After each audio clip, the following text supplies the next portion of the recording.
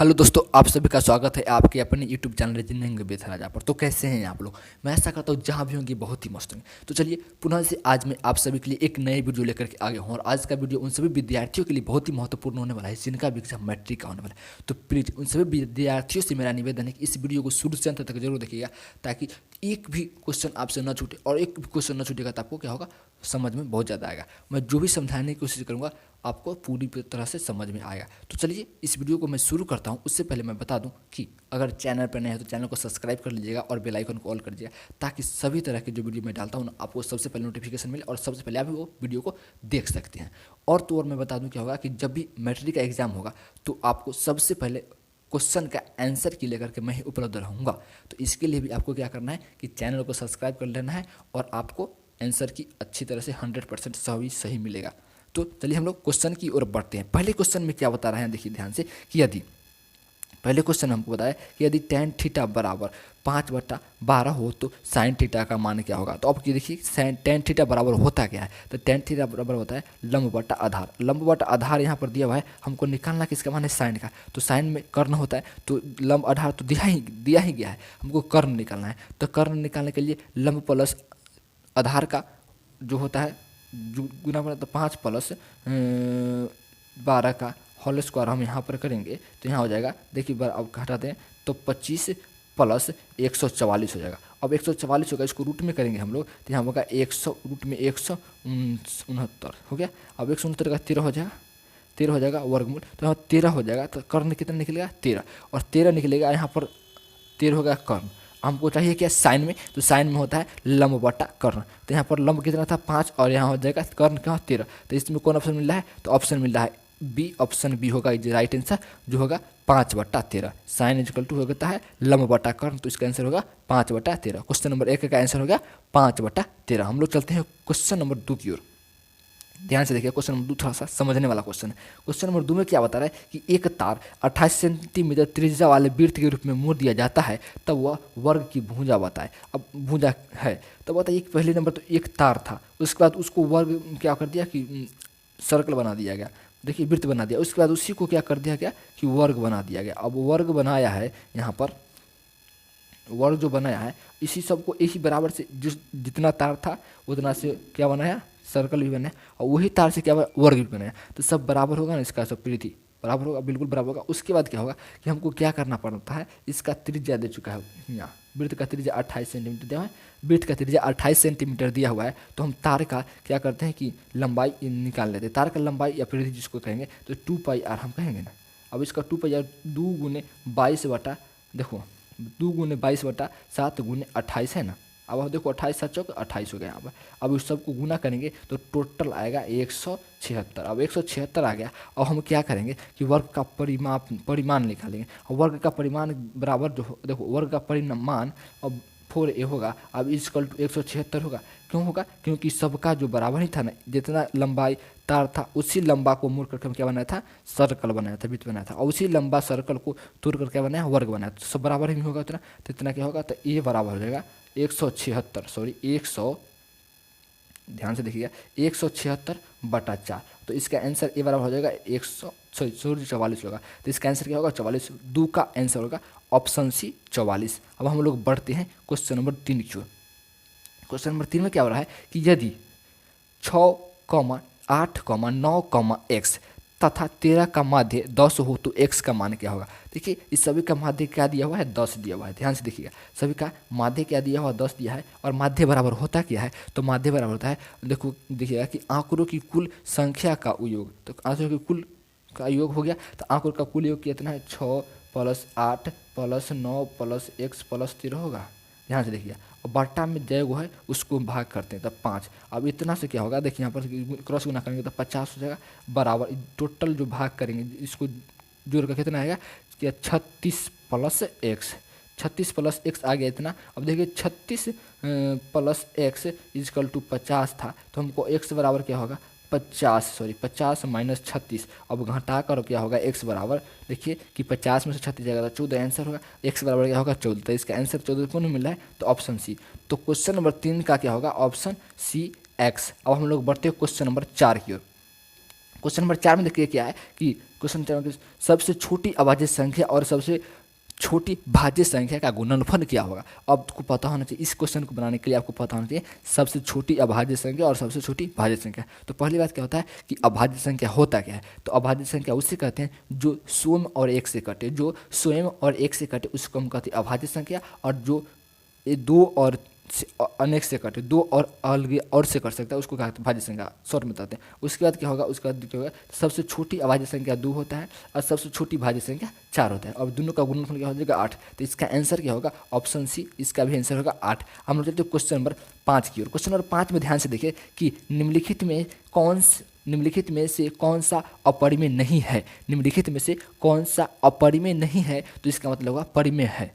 अब अपरिमेय नहीं है तो परिमेय न होगा, तो इसका आंसर हमको बता देते हैं। ऑप्शन देखिएगा ध्यान से, तो यहाँ पर पहला ऑप्शन में क्या है 64/81 रूट है। अब ये रूट है तो 64 का मान 8 होगा और इसका मान 9 होगा, तो यही हो जाएगा आंसर, ऑप्शन ए, 5 का ऑप्शन ए हो जाएगा सही। अब हम लोग चलते हैं क्वेश्चन नंबर 6 की ओर। क्वेश्चन नंबर 6 में ध्यान से देखिए कि यदि p+1, 2p+1, 4p-1 AP में है तो मान क्या होगा। क्या होगा, AP में है तो मान क्या होगा, तो आपको बता दें कि इसका आंसर होगा बी, ऑप्शन बी होगा is the right, option B 2। अब सर्वांतर में है तो सबको घटाना पड़ेगा, तो क्या होगा, ऑप्शन बी हो जाएगा आंसर। चलते हैं हम लोग क्वेश्चन नंबर 7 की ओर। क्वेश्चन नंबर 7 में देखिए कि यदि कोई रेखा वृत्त को सिर्फ एक बिंदु पर स्पर्श करती है तो वह रेखा कहलाती है। यदि कोई रेखा वृत्त को सिर्फ एक बिंदु पर स्पर्श करती है तो वह रेखा कहलाती है। अब वो रेखा क्या कहलाती है हमको ये बताना है, तो ये क्या कहलाती है, स्पर्श रेखा कहलाती है। ऑप्शन बी होगा इसका राइट आंसर, ऑप्शन बी स्पर्श रेखा कहलाती है। क्वेश्चन नंबर 8 की ओर हम लोग बढ़ते हैं।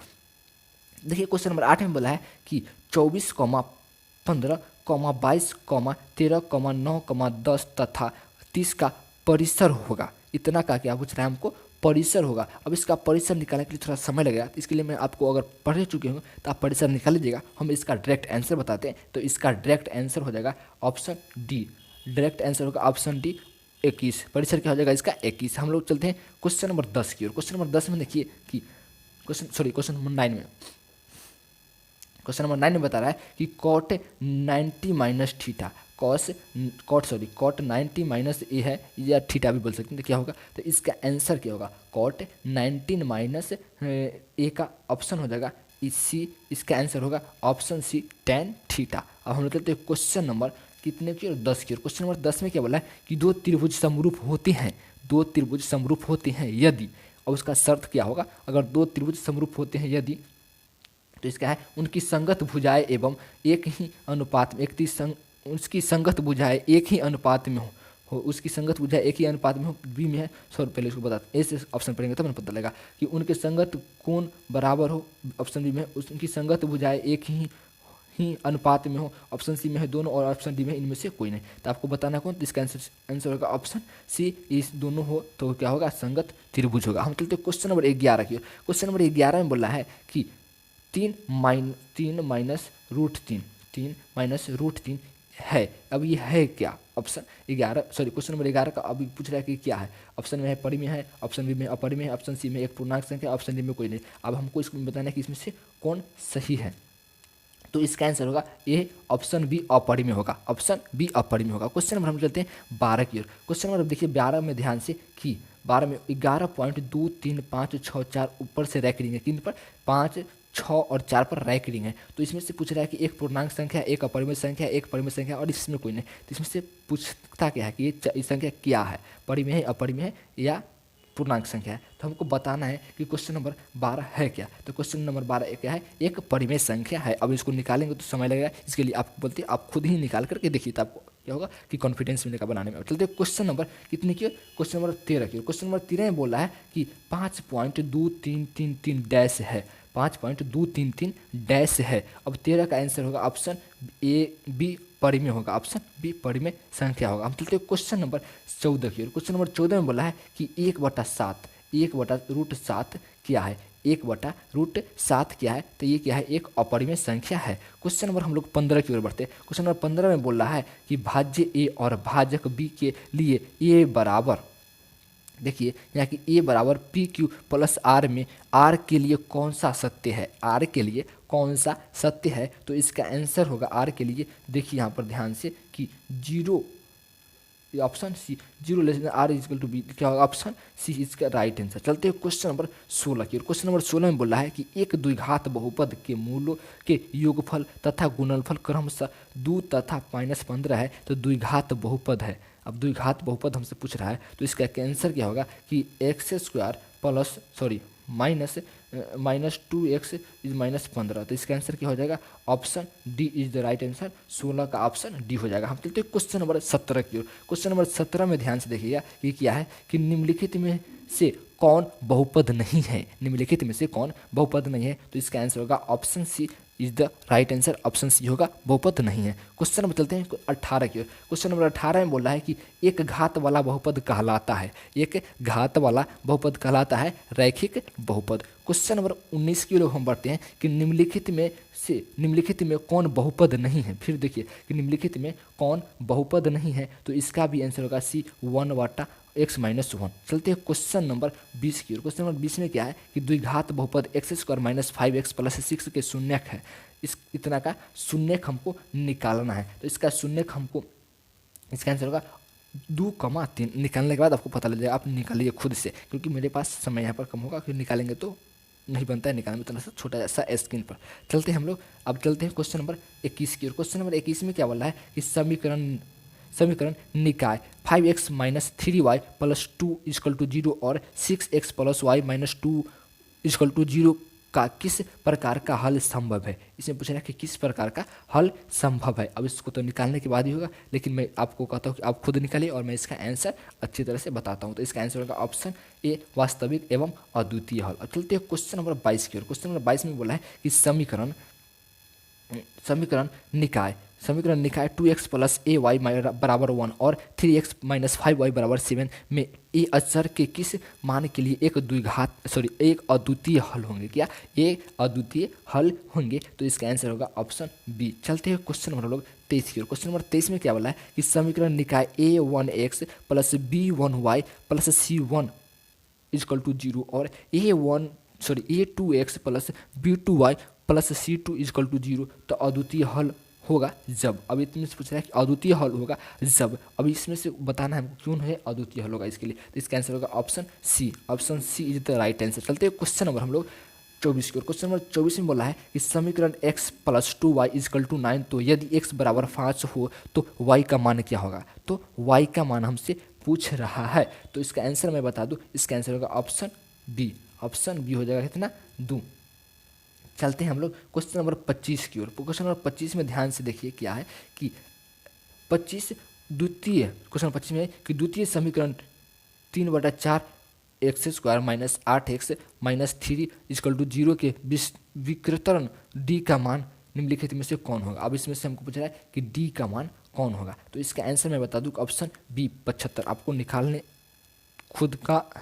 खुद ही है, क्योंकि इसमें मैं बोर्ड नहीं, ये क्या है मोबाइल का स्क्रीन है, मोबाइल का स्क्रीन पर बहुत ही कम स्पेस रहता है, इसमें बनाने में नहीं बनता है, और आप खुद से बनाइएगा तो आपको कॉन्फिडेंस भी मिलेगा और आपको थोड़ा सा एग्जाम में मजे भी आएगा। चलते हैं हम लोग क्वेश्चन नंबर 26 को। क्वेश्चन नंबर 26 में चलते हैं हम लोग कि वह द्विघात समीकरण जिसके मूल 3 - 3 हो तो निम्नलिखित में कौन सा होगा, निम्नलिखित में कौन सा होगा, तो इसका आंसर मैं बता दूं option B x² - 9x - 9 = 0। Question number 27 की ओर चलते हैं कि 27 में कि 2 लगातार धन एवं पूर्णांक संख्याओं का गुणनफल 75 है, यदि छोटी संख्या x हो तो निम्नलिखित में कौन समीकरण इस कथन को व्यक्त करेगा, निम्नलिखित में कौन समीकरण इस कथन को व्यक्त करेगा, तो इसका आंसर मैं बता दूं option B is the right answer. चलते हैं क्वेश्चन नंबर 28 की ओर। क्वेश्चन नंबर 28 में क्या बोल रहा है कि यदि a और b समीकरण x² - ax + b = 0 के मूल है, तब, अब इसमें से तब पूछ रहा है तो क्या होगा, तो इसका मैं आंसर बता दूं 28 का डी हो जाएगा, इनमें से कोई नहीं। क्वेश्चन नंबर चलते हैं हम लोग 29 की ओर। क्वेश्चन नंबर 29 में है कि एक एपी के 15 पदों का योग क्या है जिसके प्रथम और अंतिम पद क्रमशः 5 और 75 है, 5 और 75 है, और ये भी पूछ रहा है हमको, तो मैं आपको बोलता हूँ कि खुद से अच्छी तरह से निकालिएगा और आपको आंसर मैं बता दूं कि आंसर आपको इतना आता या नहीं है, आप इसमें मिलाइएगा, तो मैं इसका आंसर बता दूं ऑप्शन सी होगा, इसका 600 होगा आंसर। चलते हैं क्वेश्चन नंबर 30 की ओर। क्वेश्चन नंबर 30 में बोला है कि प्रथम 20 प्राकृतिक संख्याओं का योगफल होगा। प्रथम 200 प्राकृतिक संख्याओं का योग पूछ रहा है हमसे, तो मैं इसका आंसर बता दूं। इसका आंसर होगा, देखिए option B is the right answer. Question number हम चलते हैं 31 की ओर। क्वेश्चन नंबर 31 में क्या बोला है कि 107 और 253 के बीच की 5 से विभाजित संख्याओं का योग क्या होगा। 5 से विभाज्य संख्याओं का योग क्या होगा, तो इसका आंसर होगा ऑप्शन ए 52 20। चलते हैं हम लोग क्वेश्चन नंबर 32 की ओर। क्वेश्चन नंबर 32 में बोल रहा है कि दो समबाहु त्रिभुज के क्षेत्रफलों का अनुपात 9:4 हो तो इसकी संगत भुजाओं का कौन सा अनुपात होगा। तो उसकी संगत भुजाओं का कौन सा अनुपात होगा, तो इसका आंसर होगा 3:2। बहुत बार क्वेश्चन आ चुका है, तो प्लीज इस वीडियो क्वेश्चन को अच्छी तरह से जरूर अटेंड कीजिएगा। चलते हैं क्वेश्चन नंबर हम लोग नेक्स्ट 33 की ओर। क्वेश्चन नंबर 33 में बोल रहा है कि दो समरूप त्रिभुजों की भुजाएं 1:2 के अनुपात में है, तब इस त्रिभुजों के क्षेत्रफल का अनुपात क्या होगा। तो इस त्रिभुजों के क्षेत्रफल का अनुपात क्या होगा, तो इसका आंसर हो जाएगा 1:4। चलते हैं क्वेश्चन नंबर 34 की ओर। 34 में बोला है कि समबाहु त्रिभुज ABC में यदि AD लंबवत BC हो तो AB² बटा AD² इजकल टू क्या होगा। इतना बराबर इजकल टू में पूछ रहा है क्या होगा, तो इसका आंसर होगा 4/3। क्वेश्चन नंबर 35 में बोला है कि y अक्ष से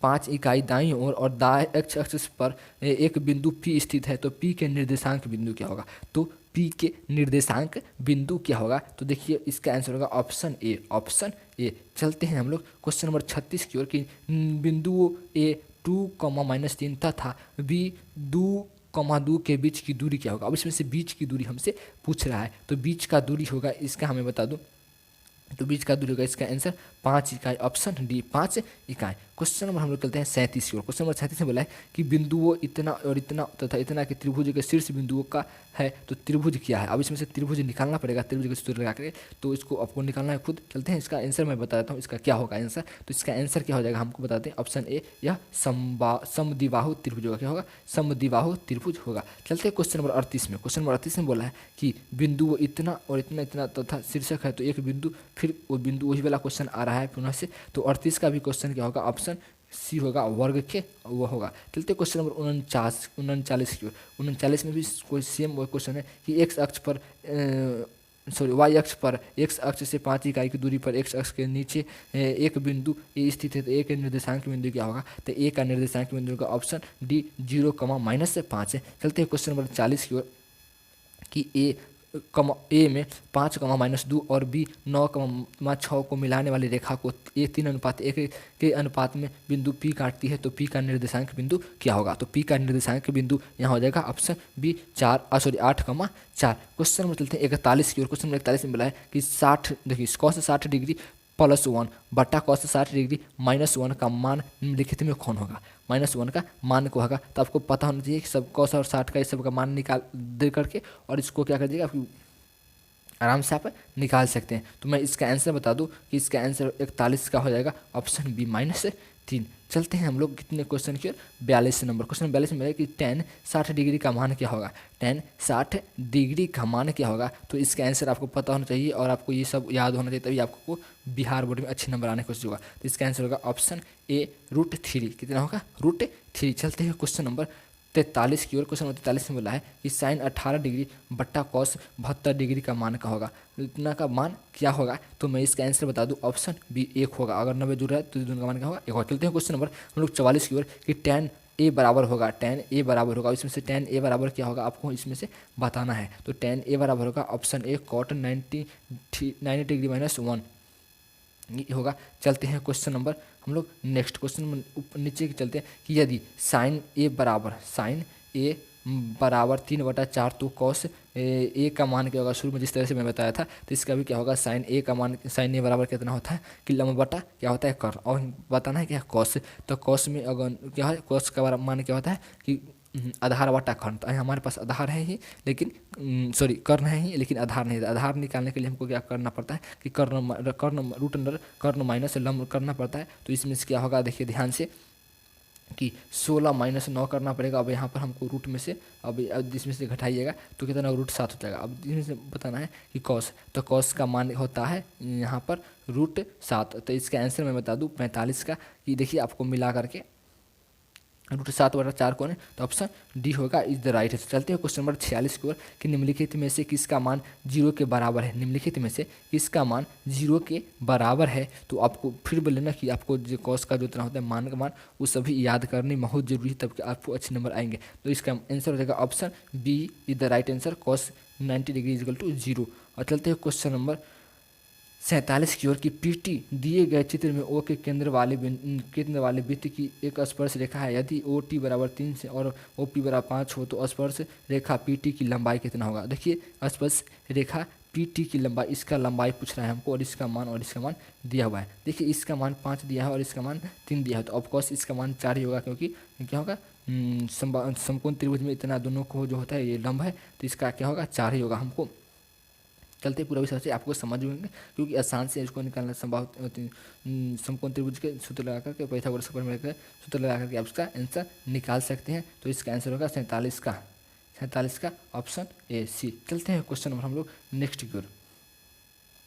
क्वेश्चन नंबर नेक्स्ट में बोला है 48 में, यदि समांतर चतुर्भुज की सभी भुजाएं एक वृत्त को स्पर्श करे तो वह समांतर चतुर्भुज कैसा होगा। तो वह समांतर चतुर्भुज कैसा होगा, तो इसका आंसर होगा ऑप्शन डी सम चतुर्भुज। चलते हैं क्वेश्चन नंबर हम लोग 49 की ओर कि किसी वृत्त के बाह्य बिंदु P से वृत्त पर दो स्पर्श रेखाएं पी ए और पी बी खींची गई, तो पी ए बराबर 6 सेंटीमीटर और पी बी बराबर की लंबाई कितना होगा। तो पी बी की लंबाई कितनी होगी, तो इसका आंसर ऑप्शन सी 6 सेंटीमीटर ही होगी। चलते हैं क्वेश्चन नंबर 50 की ओर कि दो वृत्त की त्रिज्याओं का अनुपात 3:4 है, तो उसके क्षेत्रफलों का अनुपात कितना होगा। तो इसके क्षेत्रफलों का अनुपात मैं बता दूं ऑप्शन सी 9:16 हो गया। चलते हैं क्वेश्चन नंबर 51 की ओर। क्वेश्चन नंबर 51 में बोला है कि यदि एक वृत्त की परिमाप और क्षेत्रफल संख्यात्मक रूप से बराबर है तो उस वृत्त की त्रिज्या क्या होगा। तो उस वृत्त की त्रिज्या ऑप्शन ए होगा 2 मात्रक होगा। चलते हैं क्वेश्चन नंबर हम 52 की ओर। 52 में है कि दो वृत्त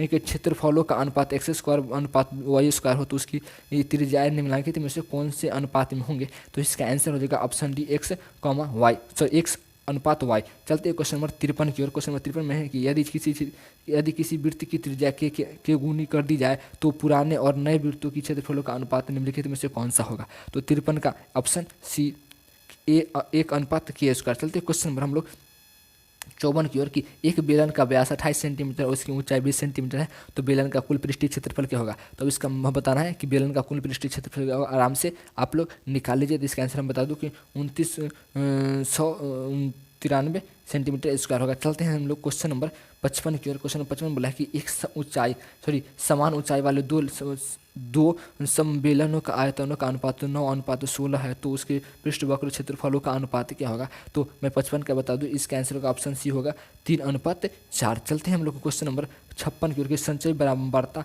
वक्र कहलाती है। संचय बारंबारता वक्र क्या कहलाती है, हमको ये बताना है। तो 56 का आंसर होगा ए त्वरण कहलाती है। चलते हैं क्वेश्चन नंबर 57 की ओर कि एक वर्ग अंतराल 10 से 20 का वर्ग चिन्ह होगा। वर्ग अंतराल 10 से 20 का वर्ग चिन्ह होगा, तो इसका आंसर ऑप्शन हो जाएगा बी। ऑप्शन बी हो जाएगा कितना 15। चलते हैं क्वेश्चन नंबर 58 की। क्वेश्चन नंबर 58 बोला है कि प्रवृत्तांक देखिए, प्रवृत्तांक 5, 2, 7, 0, 6, 9, 3 की माध्यिका होगी।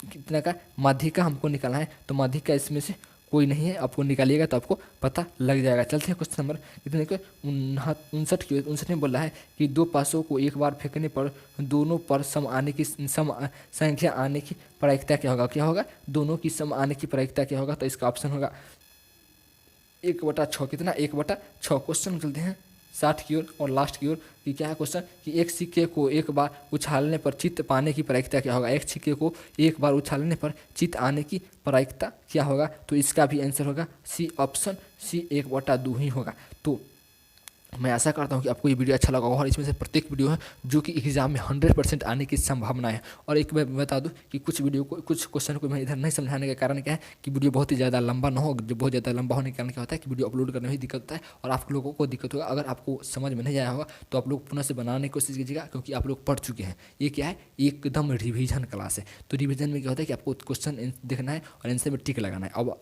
अगर आपको पता है ये सब क्वेश्चन पढ़ चुके हैं तो आप बुक को बताइए, और आपको इसमें से कितना क्वेश्चन पढ़ चुके हैं, कितना क्वेश्चन नहीं पढ़ चुके वो भी लिख के बताइए कमेंट में, और कितना क्वेश्चन आप इसमें से सॉल्व कर सकते हैं और कितना का आंसर आप ला चुके हैं इसका भी आंसर मुझे बताइए कि आपको कितना आता है इसमें से। तो चलिए हम लोग चलते हैं। उससे पहले एक बार और मैं निवेदन करना चाहता हूँ कि प्लीज़ चैनल पर नए हो तो चैनल को सब्सक्राइब कर लीजिएगा और बेल आइकन को ऑल कर लीजिए, ताकि आपको आगे आने वाली वीडियो में अच्छी तरह से सुविधा मिल सके। और मैं इस वीडियो में बहुत ही ज़्यादा 10th क्लास का अपलोड कर चुका हूँ, जो कि आपको चैनल के जाना है प्लेलिस्ट में और इसमें से देखना है क्लास 10th का प्लेलिस्ट, और उसमें से सभी सब्जेक्ट का मैंने प्लेलिस्ट में डाल चुका हूँ। हिस्ट्री, सॉरी, सोशल साइंस और संस्कृत, हिंदी, मैथ सभी का ऑब्जेक्टिव क्वेश्चन अच्छी तरह से मैं बताया हूँ, एकदम 100% सही से। तो चलिए हम लोग चलते हैं। जय हिंद, जय भारत।